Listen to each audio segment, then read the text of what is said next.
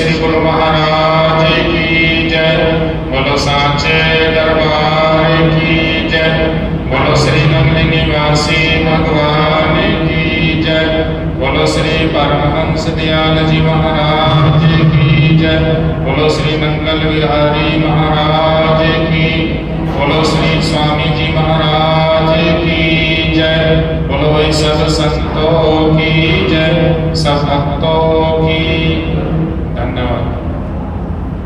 जैसा कि आप सबको विदित है कि आज हम परम आदरणीय, परम सम्माननीय आदरणीय स्वामी श्री मस्ताना जी महाराज जी की पुण्य तिथि के उपलक्ष्य में यहाँ पर सब आए हैं।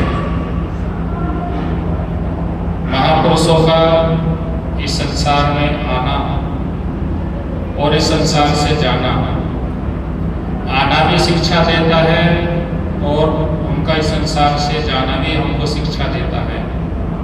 क्योंकि जब महापुरुष इस संसार में रहते हैं तो वो हम सबको अपने ज्ञान के द्वारा, अपनी वाणी के द्वारा, अपने प्यार के द्वारा हमारा सदा वो मार्गदर्शन करते रहते हैं। क्योंकि हम जीव ना समझ हैं, अज्ञानी हैं, तो अपनी वाणी के द्वारा डांट करके, फटकार के हमको सन्मार्ग की तरफ ले जाने की कोशिश करते हैं। महापुरुषों का तो सदा यही भाव रहता है कि आप जपे औरों को जपावे, नानक निश्चय मुक्ति पावे। वो स्वयं उस नाम को जपते हुए आप सबको भी प्रेरणा करते हैं कि इस संसार में रहने वाले प्राणी, जो आप संसार के दलदल में फंसे हो, संसार के मोह माया में फंसे हो, इस परिवार में रह रहे हो, कुछ समय निकाल करके उस मालिक की भक्ति करो, उनकी सेवा करो, उनकी याद में कुछ समय बिताओ। क्योंकि आना और जाना इस सृष्टि का नियम है, इसको कोई नहीं बदल सकता। कहते कि राम गयो रावण गयो, जातो बड़ परिवार, कबरा कछु फिर नहीं, सपने जो संसार। तो यहाँ हमको सदा नहीं रहना। हम इस शरीर को रोज कितना अच्छा अच्छा पदार्थ खिलाते हैं, महंगी से महंगी भी दवाई खाते हैं कि मैं अधिक समय जीऊँ, लेकिन आखिरकार क्या होता है, एक दिन हमको ये शरीर छोड़कर जाना पड़ता है। तो लेकिन हमको जाना कहाँ है, ये बात सोचनी है। आप कहीं 4 दिन के लिए तीर्थ यात्रा पर जाते हो तो वहाँ जाने के लिए आप तैयारी करते हो, कपड़े भी रखते हो, पैसा भी रखते हो, खाने पीने का भी सामान रखते हो। 4 दिन के लिए खाली आप उस यात्रा पर जा रहे हो। लेकिन जब उस प्रभु के धाम में यदि हमको जाना है तो वहाँ के लिए भी हमको तैयारी करनी पड़ेगी। तैयारी क्या है, हमको जो महापुरुषों के द्वारा जो शब्द मिला है, जो नाम मिला है, उसका सांस सांस में सिमरण करना है, उनका ध्यान करना है, उनकी सेवा करते हुए ये जीवन हमारी आना भी सार्थक हो जाएगा और इस संसार से जाना भी सार्थक हो जाएगा। क्योंकि महापुरुष सदैव अपने जीवों पर, अपने भक्तों पर कृपा करते रहते हैं। कहते हैं कि गुरु कुमार शिष्य तुम है, घर घर काढ़े फोड़, अंदर हाथ सहार के बाहर मारे। क्योंकि गुरु को कुम्हार भी कहा गया है। जिस प्रकार कुम्हार मिट्टी का घड़ा बनाता है तो उसको बनाते समय ऊपर से फेंकता भी है, और लेकिन अपना अंदर हाथ लगाए रखता है ताकि घड़ा टूटे ना। ऐसे महापुरुष हमको डांटते हैं, फटकारते हैं, तो वो हमारे भलाई के लिए ही सोचते हैं, लेकिन हमको कुछ गलत लग जाता है तो महापुरुष तो सदा हम सब पर अपनी कृपा बरसाते रहते हैं। क्योंकि उनकी कृपा को हम ना समझिए नहीं समझ सकते। जिस प्रकार से हम अज्ञानी जीव हैं, तो जैसे जैसे हम उनका संग करते हैं, उनका सानिध्य करते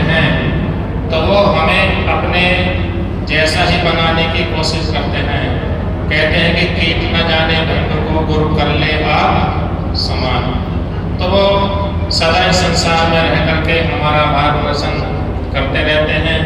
हमको इस संसार में सदा नहीं रहना ना अमर शरीर न धोखे में मत रह जाइए। ये शरीर हमारा सदा नहीं रहने वाला, क्योंकि 5 तत्वों से मिलकर के बना ये हमारा शरीर कभी भी छूट सकता है। क्योंकि कहते हैं कि पानी केरा बुदबुदा आसमानस की जात जाएगा जो तारा प्रभात। ये जो हमारा शरीर ये पानी के बुलबुले के समान है। जिस प्रकार से पानी का बुलबुला होता है उसको फूटते देर नहीं लगती, ऐसे ही कौन सी सांस हमारी आखिरी हो ये हमको नहीं मालूम। कहते हैं कि सांसों का पिंजरा किसी दिन टूट जाएगा, सांसों का पिंजरा किसी दिन टूट जाएगा, फिर मुसाफिर किसी राह में छूट जाएगा। जब तक है जिंदगी सदगुरु का स्मरण कर लिया करो, क्या पता कब जिंदगी का साथ छूट जाएगा। आप सब भी देखते हैं आपके परिवार में आपके दोस्त, हम उनका साथ करते हैं लेकिन उनका साथ कब छूट जाता है हमको मालूम भी नहीं रहता, उम्मीद भी नहीं रहती कि अभी तो वो अच्छे खासे थे, लेकिन अचानक अटैक आया और उनकी जयराम जी की हो गई। तो ये शरीर हमारा सदा नहीं रहने वाला। तो परमपिता परमात्मा ने हमको इस संसार में प्रभु की भक्ति के लिए भेजा है। उनकी सेवा करते करते यदि हमारे जीवन बीत जाएगा तो ये अच्छा हो जाएगा, क्योंकि गुरु और शिष्य का ऐसा नाता है जिसका वर्णन नहीं कर सकते। एक बार एक गुरु और शिष्य तीर्थ यात्रा कर रहे थे। तीर्थ यात्रा करते करते वो एक ऐसे राज्य में पहुंचे जिसका नाम था अंधेर नगरी चौपट राजा। जब वो गुरु और शिष्य उस राज्य में पहुंचे तो चलते चलते उनको भूख लगी। तो गुरुदेव ने अपने शिष्य से कहा कि भाई कुछ पैसे लो और कुछ खाने के लिए सामान ले आओ। अब वो शिष्य जब बाजार में गया तो उसने आम पूछे कि भाई आम क्या भाव दिए। उसने कहा कि 1 रुपये किलो। आम की दुकान से वो मिठाई की दुकान पर गया, उससे कहा कि भाई मिठाई क्या भाव दिया। उसने कहा कि 1 किलो। उसके आगे रबड़ी वाले की दुकान पर गया तो उससे पूछा कि भाई ये क्या भाव दे, बोले 1 किलो। उसने सोचा कि तो सब चीज़ 1 किलो मिलती है, तो वो उनकी रबड़ी ले आया। तो गुरुदेव ने कहा कि बेटा ये अंधेर नगरी चौपट राजा है, यहाँ कभी भी किसी भी समय आफत आ सकती है, इस राज्य में रहना ठीक नहीं है। तो शिष्य ने कहा कि गुरुदेव ये राज्य तो बहुत अच्छा है, यहाँ तो हर चीज़ 1 रुपये किलो, कुछ भी लो, चाहे फल लो, मिठाई लो, लड्डू लो, जलेबी लो, रबड़ी लो। गुरुदेव मैं तो इसी राज्य में रहना चाहता हूँ, आपको जाना हो तो जाओ। तो गुरुदेव ने शिष्य को बहुत समझाया कि बेटा ये राज्य ठीक नहीं है, लेकिन शिष्य ने गुरु जी की बात नहीं मानी। तो नहीं मानी तो गुरुदेव तो आगे चले गए और वो शिष्य उसी राज्य में रहते हुए खूब तगड़ा हो गया खा खा करके। एक बार ऐसे ही काम चल रहा था दीवार का, तो दीवार गिर गई।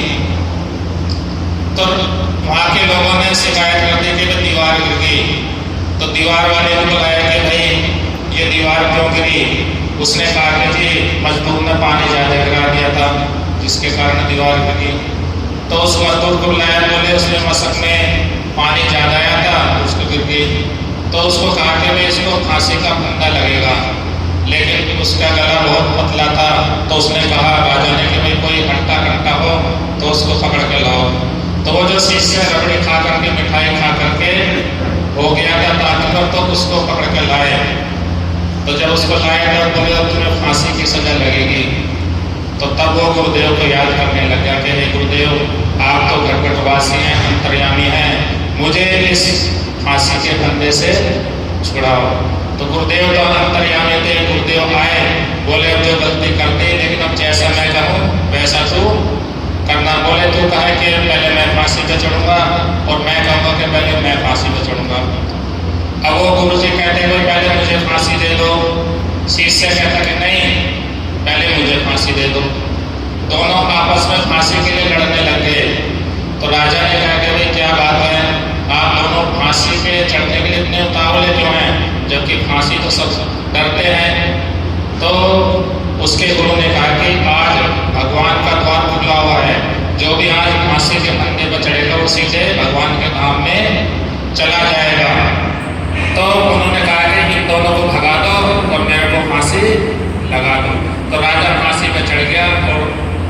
अपने शिष्य को बचा लिया।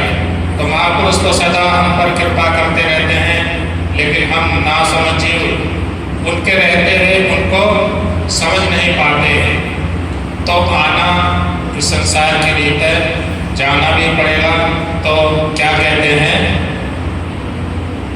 का घर है इससे बाहर निकलना पड़ेगा, जिंदगी तेरा का घर है इससे बाहर निकलना पड़ेगा। मौत जिस दिन हाथ देगी उस दिन तुझको चलना पड़ेगा।